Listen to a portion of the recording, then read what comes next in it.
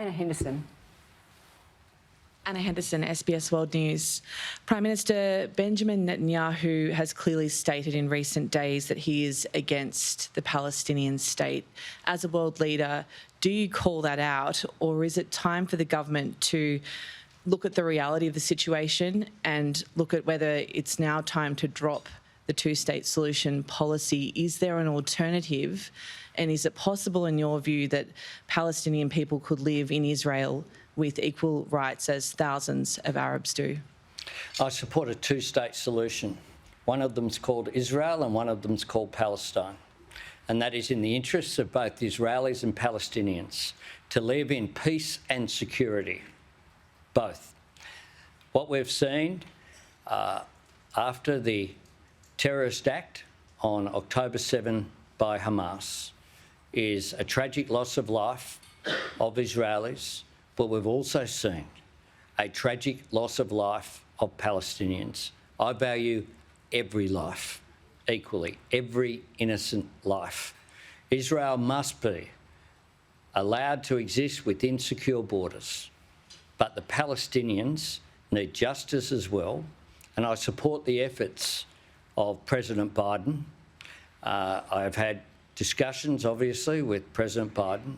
I refer you to the joint statement that I made with Prime Minister Trudeau and the new Prime Minister of New Zealand as well, 3 of the Five Eyes countries. We have taken, again, not an easy decision on this. We have been consistent, and it's consistent as well, it might be said, with the resolution of the House of Representatives that I moved that was supported by both the major parties. But your reaction to Benjamin Netanyahu? I've made my... I'd really ask my colleagues to stop having a conversation and just ask a question, please. Thanks, Mark. I have one question, Mr Albanese. Mark Riley from the 7 Network. Just on the standard that you've applied today and you say is accepted by your cabinet on this change, that when circumstances change, then the right thing to do, and I think you said the responsible thing to do, is to change policy. Well, Prime Minister, circumstances change daily. Can you name any of your election promises you are not now prepared to break? Well, if you have a look, Mark, at what my government has done, we went to an election promising cheaper childcare, we've legislated for it. Went to an election promising the Housing Australia Future Fund, we've legislated for it. Went to the election saying that we'd have a 43% target by 2030 for emissions reduction and net zero, that we would legislate, and we'd do it. That we'd do it through the safeguard mechanism, and we've legislated it. That we'd have a national reconstruction fund, and we've legislated it. Right across the board, whether it be economic policy, the various social policy mechanisms that we've put forward, or environmental policy, we have been very much focused on making sure that we focused on making a difference as we said we would. What's happened with this policy, this is a change in position.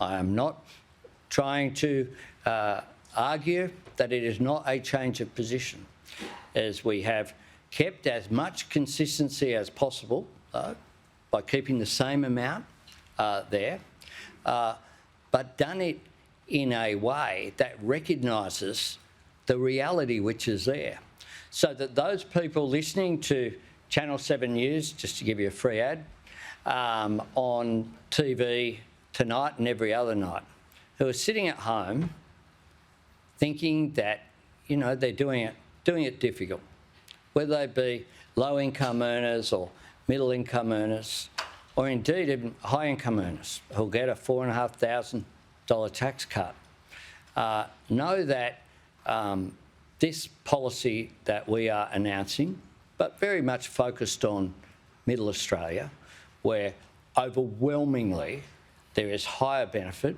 with double the benefit for people in that, around the average tax, the average income bracket, that they've got a government that's prepared to provide assistance when it's needed, and it is needed right now.